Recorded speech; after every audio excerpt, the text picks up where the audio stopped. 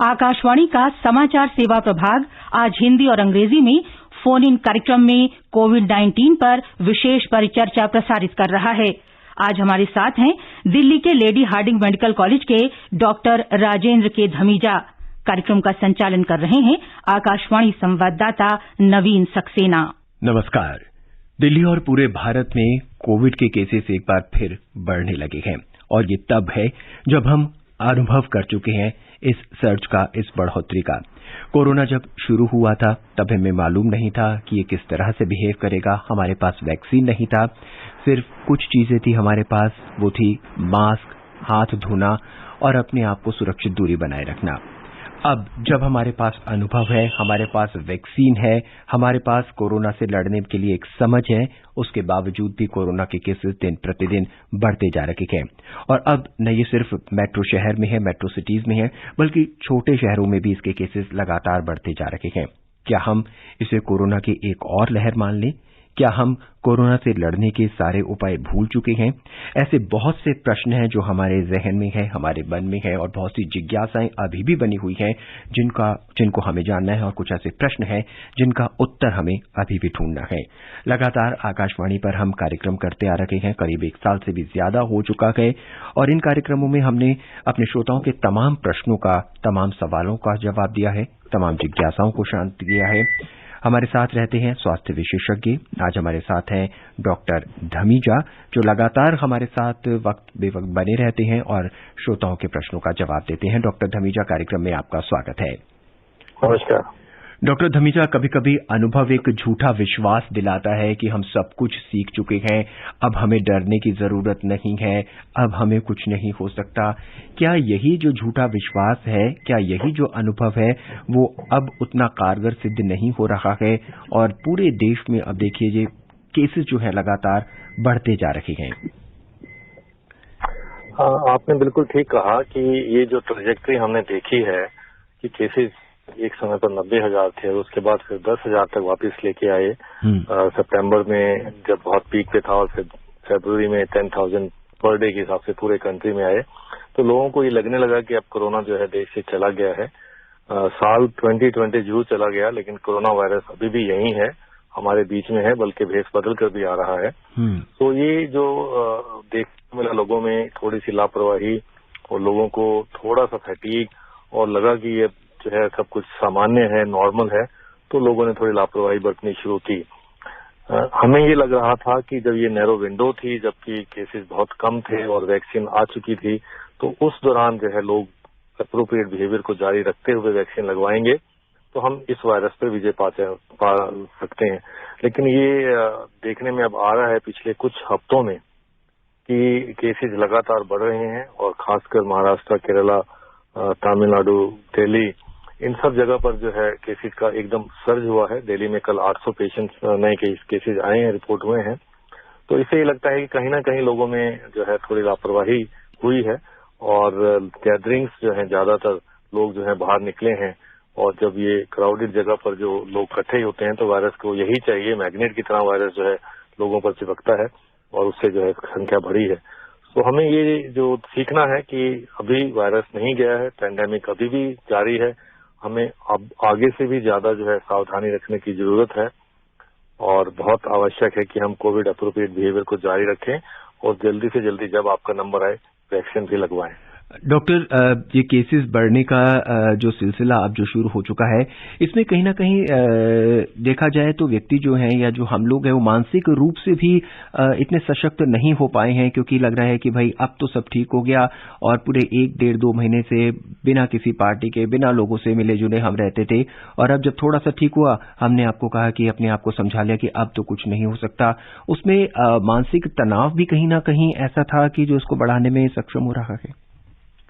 बिल्कुल ठीक कहा नवीन जी आपने। मानसिक तनाव के साथ साथ एक जो एंग्जाइटी और एक जो फियर का जो माहौल था, क्योंकि एक वायरस नया था, लोगों में डर था, और शुरू में जो है इसमें मोर्टेलिटी भी ज्यादा थी जी। तो जैसे जैसे इस वायरस के बारे में हमें जानकारी हुई, हमने अपने ट्रीटमेंट प्रोटोकॉल्स को अच्छा किया, तो उसमें हमें विजय पाए कि हमने जो है मोर्टेलिटी दर जो है, जो डेथ रेट है, बहुत कम कर दिया, लेस देन 1% या 1 to 2% के बीच में। तो एक तो हमारी ये तो बहुत अच्छी हमारी प्रक्रिया रही। लेकिन उसके साथ साथ जो लोगों का नंबर है, जो केसेस जो हैं बढ़ रहे हैं, उसके लोगों को ये लगता है कि शायद सभी को माइल्ड इलनेस होती है, सभी लोग ठीक हो जाते हैं, लेकिन ऐसा नहीं है। जिसको बीमारी होती है और वो 1% में अगर आप आ सकते हैं तो वो आपके लिए 100% है। इसलिए सावधानी रखना बहुत आवश्यक है, सिर्फ अपने लिए नहीं, आपके परिवार के लिए भी, क्योंकि अगर आपको कोविड-19 की बीमारी होती है तो आपके परिवार के लोग भी एट रिस्क हैं और समाज के लोग भी एट रिस्क हैं। तो आप जो ये सावधानी रखेंगे तो आप अपने आप को भी बचाएंगे, अपने परिवार और नियर वंस को भी बचाएंगे, लव्ड वंस को भी बचाएंगे और फैमिली को बचाएंगे तो सोसाइटी को भी बचाएंगे। जी। तो आवश्यक यही है कि सावधानी रखें और वैक्सीन का जब नंबर आए तो वैक्सीन लगाएं। डॉक्टर, कोविड टीकाकरण को लेकर भी लोगों के मन में बहुत से सवाल, बहुत सी जिज्ञासाएं हैं। कोविड टीकाकरण की पहली और दूसरी खुराक के बीच में अगर किसी को कोरोना हो जाता है तो उसको क्या करना चाहिए? बिल्कुल हो सकता है। जैसे ही वैक्सीन की पहली खुराक दी जाती है तो उसमें कुछ इम्यूनोजेनिक रिस्पॉन्स होता है, लेकिन उसको आने में भी टाइम लगता है। अगर इस दौरान आपने कोविड अप्रोप्रिएट बिहेवियर नहीं रखा, अगर आपने मास्क नहीं लगाया, आपने डिस्टेंसिंग नहीं रखी, आपने हाथ कोई हाइजीन, हैंड हाइजीन या फेस हाइजीन नहीं रखी, तो आपको कोविड होने के उतने ही चांस हैं जिसको बिना वैक्सीन वाले को है। सो वैक्सीन के शुरुआती दिनों में जब तक कि दूसरी डोज लगना जाए और उसके भी 2 हफ्ते बाद तक जो है आपके अंदर प्रोटेक्शन नहीं आती है, एंटीबॉडीज नहीं आती हैं और आप में पूरा चांसेस है कि कोविड होने का दर उतना ही है। जी। तो वैक्सीन लगवाने और लगवाने के बाद भी जो है अपना hygiene, hand hygiene, face hygiene, distancing और जो मास्किंग है उसको जारी रखें। जी। डॉक्टर धमीजा, सरकारी आंकड़े कहते हैं कि वैक्सीन की करीब 4.5 करोड़ खुराक जो है हम लोग अब तक दे चुके हैं और ये जो खुराक है अगर दोनों डोजेज लग जाती हैं तो 8 से 10 महीने तक इससे इम्यूनिटी बनी रहती है। ऐसे में पैंडेमिक को समाप्त होने में काफी वक्त लग सकता है। तब तक क्या हमें इसी तरह जीना पड़ेगा, इसी बिहेवियर को अपनाना पड़ेगा या इस बीच कुछ और सावधानियां हमें बरतनी होगी? मुझे ये लगता है कि ये जो न्यू नॉर्मल है इसको हमें जारी रखना पड़ेगा जब तक कि पूरी तरीके से पूरी पॉपुलेशन जो है वो प्रोटेक्ट नहीं हो जाती है। सीरो सर्वेलेंस स्टडीज ये बताती हैं कि काफी लोग इससे प्रभावित हो चुके हैं, लेस देन 50% और 50% हो चुके हैं, लेकिन उसका मतलब ये नहीं है कि वो परमानेंटली प्रोटेक्टेड है। नेचुरल इन्फेक्शन के बाद भी जो इम्यूनिटी है, जो प्रोटेक्शन है, वो 8 महीने, 6 महीने, 10 महीने इतने तक ही रह सकती है। अब जिन लोगों को पहले कोरोना हुआ है पिछले साल अप्रैल में या जून में, तो उन लोगों को ऑलरेडी 9 से 10 महीने हो चुके हैं, तो वो जो ड्यूरेशन ऑफ प्रोटेक्शन है वो ऑलमोस्ट खत्म होने को है। तो इसलिए ये कहना बहुत ही उचित है कि ये जो न्यू नॉर्मल का बिहेवियर है ये इस साल के अंत तक तो जारी रहेगा ही रहेगा। हो सकता है कि शुरुआत के अगले साल की शुरुआत के कुछ महीनों में भी जारी रखे। वैक्सीन जब तक सब लोगों को या मेजोरिटी ऑफ लोगों को लगनी जाती है, 70 to 80% लोगों को, तब तक ये वायरस का प्रकोप जो है बढ़ता रहेगा या जारी रहेगा। तो no one is safe until unless everyone is safe. जी। तो इससे अंदाजा लगा सकते हैं कि हमें सबको प्रोटेक्ट करना है। अगर 70% लोग प्रोटेक्टेड हो जाते हैं तो वो 70% बाकी 30% को भी प्रोटेक्ट करेंगे, जिसको हम हर्ड इम्यूनिटी का कंसेप्ट बोलते हैं। जी। डॉक्टर, कोरोना को लेकर राज्य और केंद्र सरकार ने दिशा निर्देश दिए हैं, हालांकि लोग उनका सख्ती से पालन नहीं कर रहे हैं। इसी के कारण जो है ये केसेस जो है बढ़ते चले जा रहे हैं। वैक्सीन को लेकर एक और जिज्ञासा मन में आती है कि अभी हमारे पास केवल 2 वैक्सीन अवेलेबल हैं। भविष्य में ऐसी कितनी संभावनाएं हैं कि और भी वैक्सीन अवेलेबल हमारे पास हो जाएंगे जिसमें हमें सिर्फ और सिर्फ एक सिंगल डोज देने की जरूरत पड़े? अभी तक हमारे देश में रेगुलेटर्स ने 2 वैक्सीन को अप्रूवल दिया है इमरजेंसी यूज ऑथराइजेशन के लिए, तो जिसमें कोविशील्ड और कोवैक्सीन है। आपने ठीक कहा कि 4.5 करोड़ लोगों को वैक्सीन लग चुकी है, जिसमें से तकरीबन 4 करोड़ लोगों को कोविशील्ड लगी है और 50 लोगों को कोवैक्सीन लगी है। दोनों वैक्सीन ही सेफ हैं और मैं उस कमेटी में भी हूं जो कि adverse events following immunisation for कोविड-19 वैक्सीन को मॉनिटर कर रहा है। ये कमेटी देख रही है, बहुत सारी कमेटियां हैं, स्टेट लेवल पे हैं, डिस्ट्रिक्ट लेवल पे हैं और नेशनल लेवल पर भी है। तो इस कमेटी के मेंबर्स इसी को देख रहे हैं कि कौन सी, अगर किसी को कोई साइड इफेक्ट हुए हैं तो क्या वैक्सीन की वजह से हुए हैं और क्यों सीरियस तो नहीं हुआ। तो अभी तक हमारे संज्ञान में ऐसा कोई भी बहुत महत्वपूर्ण सिग्निफिकेंट एडवर्स इवेंट या मोर्टेलिटी केस नहीं आया है। दोनों वैक्सीन सेफ हैं और आज की तारीख में ये 2 अवेलेबल हैं। लेकिन आपने ठीक कहा कि भविष्य में ट्रायल्स खत्म होने के साथ ही और भी वैक्सीन आएंगी। स्पुतनिक का ट्रायल यहाँ ऑलमोस्ट खत्म हो चुका है, जो डॉक्टर रेड्डी लैब यहाँ पे बना रही है इंडिया में, उसको उन्होंने अप्रूवल के लिए भी अप्लाई किया है। तो मुझे उम्मीद है कि आने वाले कुछ हफ्तों में उनको भी अप्रूवल मिलने की संभावना है। जो आप सिंगल डोज वैक्सीन की चर्चा कर रहे हैं, जैनसन वैक्सीन है, जॉनसन एंड जॉनसन की, वो यूएस में अप्रूव हो चुकी है और उसकी बातचीत चल रही है हमारे देश में सीरम इंस्टीट्यूट ऑफ इंडिया से बनाने की, मैन्युफैक्चरिंग की। और ऐसी और भी वैक्सीन हैं। कैडिला कंपनी एक भारत की है जो डीएनए वैक्सीन बना रही है और इंटरनेजल वैक्सीन भी बना रही है। तो मुझे लगता है कि भविष्य में मल्टीपल वैक्सीन का एक बुके बनेगा जिसमें लोगों को ऑप्शन भी रहेगी और संख्या भी डोजेस की बढ़ेगी ताकि ज्यादा से ज्यादा लोगों को इम्यूनाइज किया जा सके। जी, कोरोना वायरस संक्रमण की वर्तमान स्थिति पर इस समय आप परिचर्चा सुन रहे हैं। हमारे साथ हैं डॉक्टर धमीजा। अगर आप इस कार्यक्रम का हिस्सा बनना चाहते हैं तो फोन कर सकते हैं 1800-115767 पर। यह नंबर टोल फ्री है। आप देश के किसी भी कोने से बिना किसी शुल्क के हमें फोन कर सकते हैं। इसके अलावा 23314444 पर भी फोन कर सकते हैं। इस नंबर से पहले 011 लगाना न भूलें अगर आप दिल्ली से बाहर के श्रोता हैं। इस बीच सिरसा हरियाणा से पप्पू राम अपने सवाल के साथ हमसे जुड़ चुके हैं। आइए जानते हैं क्या सवाल है उनका। कार्यक्रम में आपका स्वागत है। राम राम जी, राम राम। राम राम। क्या जानना चाहते हैं आप? डॉक्टर साहब को राम राम। नमस्कार डॉक्टर साहब, मेरा यह प्रश्न है कि जैसे यह कोरोना वायरस की जो दूसरी लहर शुरू हो गई है भारत में, तो ये सर्दी की तेज गति से बढ़ रही है, तो इसमें क्या लोगों की लापरवाही है? ये क्या कारण है? जो टीके लगा रहे हैं कोरोना वैक्सीन के, यह तेज गति से सारी वायु के वर्ग के लोगों को लगाना चाहिए टीका सभी। डॉक्टर साहब, ये जानना चाहते हैं कोरोना की जो दूसरी लहर तेजी से बढ़ रही है, इसमें क्या सिर्फ लोगों की लापरवाही के कारण ही ये बढ़ रही है? और दूसरा सवाल इनका शायद इनका है कि जब वैक्सीन इतने बड़े पैमाने पर लग रही है तब फिर ये लहर इतनी तेजी से क्यों आई है? बहुत अच्छा प्रश्न पूछा है। इसमें दो पार्ट हैं इस क्वेश्चन के कि ये जो दूसरी लहर जिसको हम सेकेंड वेव बोल रहे हैं, इसके मुख्य कारण क्या है? तो मुख्य कारण यही है कि अब 12 महीने से ज्यादा हो चुके हैं। लोगों में जो थोड़ा सा कोविड फैटीग है, लोगों को ये लगता था कि कोविड के केसेस बहुत कम हो गए हैं, तो थोड़ा सा लापरवाही भी है। लोग तंग भी आ चुके थे इंडोर्स रह के, तो लोगों को जब मौका मिला बाहर निकलने का तो एकदम बाहर निकले। फेस्टिवल्स आए हैं, होली का फेस्टिवल आया, तो वेडिंग्स हैं, गैदरिंग्स हैं, तो इस वजह से थोड़ा सा कहीं ना कहीं ढिलाई हुई है, जो कि ये कारण है कोरोना की सेकेंड वेव का। लेकिन पैंडेमिक की ट्रैजेक्टरी अगर देखें तो सभी पैंडेमिक्स ऐसे ही रहते हैं कि पहले जो है इंटरनेशनल ट्रैवल की वजह से बड़े शहरों में आता है, फिर उसके बाद टायर 2 टायर 3 सिटीज में जाता है, फिर स्लम्स में जाता है, और फिर जो है वेव खत्म होती है और फिर सेकेंड वेव आती है और फिर थर्ड वेव आती है। ये पहली बार नहीं हो रहा है, ये पहले भी पैंडेमिक्स में ऐसा हो चुका है, चाहे वो स्पेनिश फ्लू का पैंडेमिक रहा हो। और हम ये पहले से ही कहते आ रहे हैं जून से ही कि ये जो पैंडेमिक की मल्टीपल वेव्स आएंगी, तो हमें बिल्कुल भी ढिलाई नहीं रखनी है, हमें बिल्कुल अपना गार्ड्स लोअर नहीं करने हैं। हमें हमेशा जब तक ये पूरी तरह से पैंडेमिक पर हम कंट्रोल नहीं कर पा रहे हैं, तब तक हमें अपना जो सैनिटाइजिंग का, मास्किंग का और सोशल डिस्टेंसिंग का पालन करना ही है। गवर्नमेंट की जो दिशा निर्देश हैं उनको हमने उचित तरीके से पालन करना है ताकि हम अपने आप को भी बचा सकें और औरों को भी बचा सकें।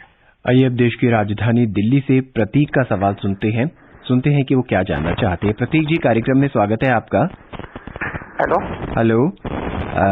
नमस्ते सर। नमस्कार सर, मेरे ना 3 सवाल हैं सर। जी, कहिए। सर, पहला सवाल तो ये है, जिस चीज से अभी वैक्सीनेशन लग रही है, कितना टाइम लग जाएगा सबको वैक्सीन पूरा लगा करने में इंडिया में?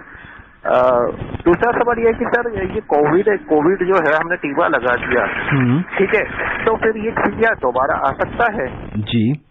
और सर, ये जो 4 करोड़ का जो आंकड़ा है, ये अभी तक एक टीका के आंकड़े हैं या दोनों टीके के आंकड़े हो गए हैं? जी। बहुत बहुत शुक्रिया। डॉक्टर धमीजा ये जानना चाहते हैं वैक्सीनेशन लगाने में कितना टाइम लग जाएगा पूरी जनता को, जिससे कि हर्ड इम्यूनिटी जिसकी हमने कार्यक्रम की शुरुआत में बात की? हमारे देश की 130 करोड़ जनता है और ये नंबर्स बहुत ज्यादा हैं, तो सबको शायद लगाना इतनी जल्दी संभव भी नहीं है और जरूरत भी नहीं है। हमें कोशिश ये करनी है कि जिन लोगों को बहुत ज्यादा रिस्क है सबसे पहले उनको लगाएं, और गवर्नमेंट का जो फेज है, रोल आउट फेज है, वो इसी तरीके से तैयार किया गया है कि पहले फ्रंटलाइन वर्कर्स, डॉक्टर्स, एल्डरली लोग, जो कोमॉर्बिड कंडीशन वाले लोग हैं, उनको लगाया जाए, और वैसा ही फेज वाइज रोल आउट चल रहा है। और ये जो टारगेट रखा गया है 30 करोड़ लोगों को इस साल की जुलाई तक लगाने का, तो मुझे लगता है कि ये संभव हो पाएगा। उसके बाद फिर अगले फेज में हम जाएंगे। तो सभी लोगों को लगाने की आवश्यकता नहीं है, लेकिन 60 to 70% लोगों को अगर हम लगा पाते हैं इस साल के एंड में या नेक्स्ट ईयर की शुरुआत में, तो हम हर्ड इम्यूनिटी की तरफ बढ़ रहे हैं या उस समय भी हम अचीव कर सकते हैं। तो ये जो सवाल है कि सभी को कब लगेगा, तो ये आज की तारीख में कहना बहुत ही मुश्किल है, और क्योंकि हमारे नंबर्स बहुत ज्यादा हैं, जनसंख्या बहुत ज्यादा है, तो इसलिए अभी पहले हमें प्रायोरिटी वाइज जो है लोगों को लगाना है और लोगों की जान बचानी है। तो ये बहुत जरूरी है, लोगों की जान भी बचाना और साथ साथ पैंडेमिक को कंट्रोल भी करना। दोनों चीजें महत्वपूर्ण कदम है, और ये सरकार इस कदम की तरफ जो है इस डायरेक्शन में चल रही है। जहां तक इन्होंने संख्या की बात की कि 4 करोड़ में क्या सभी पहली डोजेज हैं या कुछ सेकेंड डोजेज हैं, तो बिल्कुल बहुत ही वाजिब सवाल है इनका। ज्यादातर जो है पहली डोज वाले हैं, लेकिन काफी कुछ सेकेंड डोज वाले लोग भी इसमें आ गए हैं। तो ये 4.5 का जो आंकड़ा है वो दोनों को मिलाकर है। उसमें फर्स्ट डोज वाले लोग भी हैं और कुछ लोग ऐसे भी हैं जिनको सेकेंड डोज भी लग चुकी है। डॉक्टर, इनका तीसरा सवाल ये था कि कोविड के टीके की दोनों डोजेज लग चुकी हैं, क्या उसके बाद भी कोरोना हो सकता है क्या? देखिए, जो वैक्सीन की एफिकेसी है जो ट्रायल से हमें देखने को मिलती है वो 60, 70, 80% डिपेंडिंग अपॉन द वैक्सीन। जैसे कोवैक्सीन की 81% बताई गई है और जो कोविशील्ड है उसकी 70% बताई गई है। सो 100% कुछ भी नहीं है कि बिल्कुल आप प्रोटेक्टेड हैं। हाँ, लेकिन अगर आप वैक्सीन लगवाते हैं तो मुझे चांसेस यही हैं कि आपको वैक्सीन लगाने के बाद कोरोना होने के चांसेस बहुत ही कम है, और आपको जो है एक तरह से लाइफ का सेविंग जो है बहुत इंपॉर्टेंट जो है इस समय पर, वो तो आपको मिलेगा ही। और अगर आपको खुदा न खास्ता अगर कोविड-19 होता भी है तो वो एक माइल्ड डिजीज बन के रह जाएगा और आपकी जान को कोई खतरा नहीं रहेगा। जी, आइए अब राजस्थान के बाड़मेर का रुख करते हैं। वहां से किशन अपने सवाल के साथ हमसे जुड़ चुके हैं। किशन जी, कार्यक्रम में आपका स्वागत है। नमस्कार सर, मैं किशन बोल रहा हूँ, गाँव घुमरचला, तहसील कोटन, जिला बाड़मेर, राजस्थान। जी कहिए। सर, मैं ये पूछना चाहता हूँ अभी जो टीका लगेगा जिस आदमी के, तो पहले से कोई बीमारी ग्रस्त है या कोई शुगर का पेशेंट है या कोई टीबी का पेशेंट है, वो टीका लगा सकते हैं? डॉक्टर ये जानना चाहते हैं, कोमॉर्बिड कंडीशन है, अगर कोई तपेदिक का पेशेंट है क्या वो भी टीका लगा सकता है? देखिए, सरकार ने लिस्ट बनाई है कि 45 साल से ऊपर जो लोग हैं और उनको जो कोमॉर्बिड कंडीशन है, जिसमें 20 ऐसी कंडीशन रखी गई हैं जिनको प्रायोरिटी दी गई है। अगर उस 20 कंडीशन में अगर आपकी भी कंडीशन आती है तो आप भी एलिजिबल हैं वैक्सीन लगाने के। लेकिन ज्यादातर बीमारियों में जैसे शुगर की बात करें या ब्लड प्रेशर की बात करें, तो इनकी भी एक क्राइटेरिया बनाया गया है कि अगर आपको डायबिटीज 10 साल से ज्यादा है या कॉम्प्लिकेटेड डायबिटीज है तो आप एलिजिबल हैं। ज्यादातर कंडीशन में आप लगवा सकते हैं। सिर्फ 2 या 3 ऐसी कंट्रा इंडिकेशन है जिसमें एब्सोल्युटली आपको इंजेक्शन नहीं लग सकता है। उसमें एक कंडीशन ये है कि अगर आपको एक्टिव इन्फेक्शन है, अगर आपको एक्टिव फीवर है या कोविड इन्फेक्शन है, तो आप घर से बाहर मत निकलिए और टीका आपको नहीं लगेगा। दूसरा ये भी है कि अगर आपको किसी फूड से या ड्रग से एलर्जी है या आपको रिएक्शन हो चुका है बहुत बड़ा, तब भी आपको जो है सावधानी रखनी पड़ेगी और इंजेक्शन शायद आपको कुछ समय के लिए नहीं लगेगा। और तीसरी जिसमें ये बताया गया है कि अगर आपको ये बीमारियों के साथ साथ अगर आपको कुछ ऐसी बीमारी है जो आप घर से नहीं निकल सकते हैं, जैसे किसी को बहुत बेड रिडन है, तो भी आपको टीका नहीं लग सकता है। बाकी सब कंडीशन में टीका लग सकता है। आइए अब संजय कुमार जी का सवाल सुनते हैं, क्या जानना चाहते हैं। संजय जी, कार्यक्रम में स्वागत है आपका। नमस्कार सर जी, कहाँ से बात कर रहे हैं आप? मैं औरंगाबाद बिहार से बात कर रहा हूँ सर। जी कहिए, क्या जानना चाहते हैं? मैं जानना चाहता हूँ सर कि जो कोवैक्सीन लग रही है इसकी बोल रहे हैं ऐसे कि 10 महीने तक इसका प्रभाव है जी। तो क्या सर 130 करोड़ जनता के लगाते लगाते तो सर ऐसा तो नहीं है कि दोबारा फिर कोवैक्सीन लेना पड़ जाए? डॉक्टर, हमारे श्रोता बहुत ही जागरूक हैं और लगातार समाचार पत्रों से भी जुड़े रहते हैं और कार्यक्रम सुनते हैं। ये जानना चाहते हैं कि 8 से 10 महीने तक इसका प्रभाव रहता है, उसके बाद क्या होगा? बहुत महत्वपूर्ण सवाल पूछा इन्होंने, और ऐसी ही जागरूकता हमें चाहिए सभी लोगों को हो, और अपनी सावधानी भी रखें और सतर्क भी रहें जी। तो ये इन्होंने बिल्कुल ठीक कहा है कि आज की स्थिति यही है कि जो वैक्सीन को अप्रूवल मिली है उन वैक्सीन को 2 या 3 महीने तक का जो है फॉलो अप पीरियड देखा गया था, लेकिन अभी जो है 5 या 6 महीने जो है इस समय फॉलो अप चलेगा, और तभी हम जान पाएंगे कि इफेक्टिवनेस जो है वैक्सीन की कितनी रहेगी। मेरा ये मानना है कि वैक्सीन की इफेक्टिवनेस कम से कम 1 साल तक रहेगी और इस दौरान जो है आपको वैक्सीन के बाद कोरोना होने का संभावना बहुत कम है। लेकिन 1 साल से ज्यादा भी हो सकता है, 2 साल भी हो सकता है, 3 साल भी हो सकता है। अभी हमें इस स्थिति में नहीं है, हमारे पास ऐसा डाटा नहीं है कि हम एक स्पेसिफिक टाइम लाइन दे सकें कि अगर आपको वैक्सीन लगी है तो इतने अमुक समय तक आप जो है प्रोटेक्टेड हैं, ऐसा अभी नहीं है। लेकिन संभावना यही है कि वैक्सीन इफेक्टिव रहेगी और कम से कम 1 से 1.5 साल तक इफेक्टिव रहेगी। और अब अनवर बिहारी हरियाणा के फरीदाबाद से बात कर रखे हैं हमसे। क्या जानना? जी नमस्कार, क्या जानना चाहते हैं? डॉक्टर साहब को भी नमस्कार करता हूँ। हाँ, नमस्कार सर, मैं अनवर बिहारी बोल रहा हूँ फरीदाबाद हरियाणा से और मेरी उम्र 45 साल है सर जी। तो मुझे होता क्या है कि खूब जोर से मुझे खांसी होती है, बलगम भी खूब आता है, महीना 2 महीने तक ऐसा होता है। मैं दवा वगैरह खाता हूँ, ठीक तो हो जाता हूँ, लेकिन हर 1.5-2 महीने पे मुझे ये चीज परेशान करती है। तो क्या मैं कोरोना वायरस का चेक करवा लूँ? ये मेरा सवाल। डॉक्टर धमीजा। बिल्कुल ठीक है। इनको अगर सांस की तकलीफ है और वो दवाई से कंट्रोल में है तो ये वैक्सीन लगवा सकते हैं। इनफैक्ट ऐसे मरीजों को वैक्सीन लगवानी चाहिए क्योंकि ये एट रिस्क रहते हैं। जिनको अंडरलाइंग कोई प्रॉब्लम है, चाहे वो चेस्ट इन्फेक्शन की है, चाहे वो जिनको हम ब्रोंकियल एस्थमा बोलते हैं, तो इनको वैक्सीन लगवानी चाहिए। एक बार मैं फिर आपको बताना चाहता हूँ कि सिर्फ वैक्सीन ना लगवाने के 3 या 4 कारण हैं। या तो आप एलर्जी या एनाफिलैक्सिस हो, या फिर आपको जो है पिछले 2 महीने में प्लाज्मा ट्रीटमेंट मिला हो, या आपको एक्टिव कोविड इन्फेक्शन हो, या आज की तारीख में आपको कोविड का प्रकोप हो, तो अब आपको इंजेक्शन नहीं लगेगा। बाकी सभी स्थिति में आपकी संभावना यही है कि आपको इंजेक्शन लगेगा। महाराष्ट्र के यवतमाल से अरुण हमारे साथ जुड़ चुके हैं अपने सवाल के और अपनी जिज्ञासा जी के साथ। अरुण जी, कार्यक्रम में स्वागत है आपका। क्या जानना चाहते हैं? हाँ जी सर जी, मैं पूछना चाहता हूँ, जैसे मैंने पहला डोज ले लिया है और दूसरा डोज जितना लेट करेंगे उतनी ज्यादा पावर बढ़ेगी क्या उसकी, जैसे इम्यूनिटी बढ़ेगी क्या, ऐसा कुछ है क्या? कुछ डॉक्टर ये दिन के बाद में लिए तो और ज्यादा बढ़ेंगी, ऐसा कुछ है क्या? जी जी डॉक्टर, दोनों टीकों के बीच में 28 दिन का गैप रखा गया है। इनका प्रश्न शायद ये है कि अगर गैप को थोड़ा सा और बढ़ा देंगे तो क्या इम्यूनिटी पावर दूसरा डोज लेने से और ज्यादा बढ़ जाएगी क्या? नवीन जी, अभी तक हमारे प्रोटोकॉल्स के हिसाब से, जिस हिसाब से हमने यहाँ पे ट्रायल किए हैं या हमें अप्रूवल मिला है वैक्सीन का, उसमें 4 हफ्ते ही बताया गया है। 4 से 6 हफ्ते का विंडो पीरियड है जिसके बीच में आपको वैक्सीन की सेकेंड डोज लगवानी चाहिए। और मुझे लगता है कि हमें उसी प्रोटोकॉल के हिसाब से ही चलना चाहिए और 4 हफ्ते के बाद जब भी नंबर आता है सेकेंड डोज का तो आपको लगवानी चाहिए। जी। इस बीच हमारे अगले श्रोता हमसे जुड़ चुके हैं। ये अशरफ अली हैं और ये दिल्ली से बात कर रहे हैं। अशरफ जी, कार्यक्रम में स्वागत है आपका। नमस्ते डॉक्टर, नमस्ते जी। क्या जानना चाहते हैं? सर, पहले जब ये मार्केट में आई जो भी ये वैक्सीन हैं जो भी कंपनियों की, तो इन्होंने कहा कि इसकी इम्यूनिटी पावर जो है वो 6 महीने काम करेगी जी। अब फिर कहने लगे डॉक्टर 1 साल काम करेगी जी। आज डॉक्टर साहब कह रहे हैं कि 1.5 साल काम करेगी जी। पहले ये कहते थे दूसरी डोज लेनी चाहिए 14 दिन के अंदर जी। 14 पहली की लगने के बाद उसके 14 दिन बाद, अब कहने लगे 42 दिन बाद जी। डॉक्टर धमीजा, क्या कहेंगे आप इस पर? देखिए, ये बिल्कुल ठीक कह रहे हैं कि ये इवॉल्विंग सिचुएशन है। We are learning from the virus, हम सीख रहे हैं और पहले जो हमें इसके बारे में जानकारी थी, आज हमें उससे ज्यादा जानकारी है। जैसे जैसे टाइम बीतता जा रहा है, वैक्सीन के ट्रायल खत्म हुए हैं और अब ज्यादा पीरियड हो गया है। अगर लोगों में अभी प्रोटेक्शन बनी हुई है, उनकी एंटीबॉडीज हैं, तो इसे लगता है कि अभी ड्यूरेशन लंबी चल सकती है। और इसी बेसिस पे हम ये कह रहे हैं कि जैसे जैसे स्थिति बदलती है वैसे वैसे हमें ज्यादा जानकारी मिलती है और उसी हिसाब से हम लोगों को बताते हैं जी। आज की तारीख में हम यही कहेंगे कि वैक्सीन को अब शुरू हुए, जैसे यहाँ जनवरी में शुरू हुई है, कुछ देशों में दिसंबर में शुरू हुई थी, तो 3-4 महीने के आसपास अभी हो गए हैं।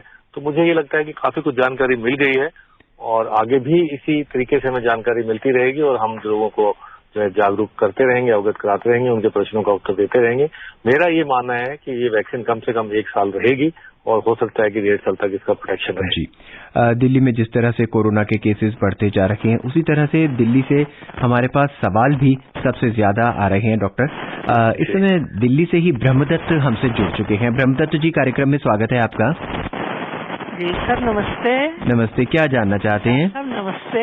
नमस्ते डॉक्टर साहब, हम ये जानना चाहते हैं, हमारे दादाजी की आयु 75 वर्ष है, वो बैंक में जाते हैं पैसे निकलवाने, तो बैंक कर्मचारी कहते हैं पहले कोरोना का टीका लगा के ना सर्टिफिकेट लेके आओ या मोबाइल पे SMS दिखाओ, नहीं तो हम आपको ना पैसे नहीं निकालने देंगे। और दूसरी बात सर जी, उनका ना टीके के नाम से ही ना मन घबराता है और दिल मतलब उनके ख्याल से डर लगता है, तो उनका टीकाकरण कैसे होगा सर जी? डॉक्टर, मैं ब्रह्मदत्त जी के सवाल में कुछ और सवाल जोड़ना चाहूंगा। क्या हम टीका देने से पहले क्या कुछ मानसिक रूप से तैयार करते हैं या किसी तरह का बातचीत करते हैं पेशेंट्स के साथ ताकि वो पूरी तरह से तैयार हो जाए? काउंसलिंग की जाती है क्या? बिल्कुल, टीकाकरण के बारे में समझाया जाता है, बताया जाता है, और कोवैक्सीन में तो सिग्नेचर भी कराए जाते हैं उनको समझाकर पढ़ाकर। तो मुझे ये लगता है कि ये जो भ्रांतियां चल रही हैं ये ठीक नहीं है। इस पैंडेमिक को खत्म करने के लिए टीकाकरण बिल्कुल सेफ है, और जैसे इन्होंने बताया कि इनके दादाजी की उम्र 75 वर्ष है, तो उनको और भी ज्यादा जरूरी है कि उनको टीका लगे, क्योंकि वो उस एज ग्रुप में आते हैं जिसमें अगर कोविड होता है तो उसमें सीवियरिटी और गंभीरता जो है बीमारी की होने के चांसेस रहते हैं। तो उनको टीका अवश्य लगने चाहिए, डरने की कोई बात नहीं है। 4.5 करोड़ लोगों को लग चुका है, तो इसी से आपको जो है मनोबल बढ़ना चाहिए, आपको कॉन्फिडेंस आना चाहिए कि टीका इतने लोगों को लगा है, कुछ ऐसी मिस हैपनिंग नहीं हुई है, टीका बिल्कुल सेफ है। और मैं इनसे अपील करूंगा कि अपने दादाजी को खुद लेकर जाएं।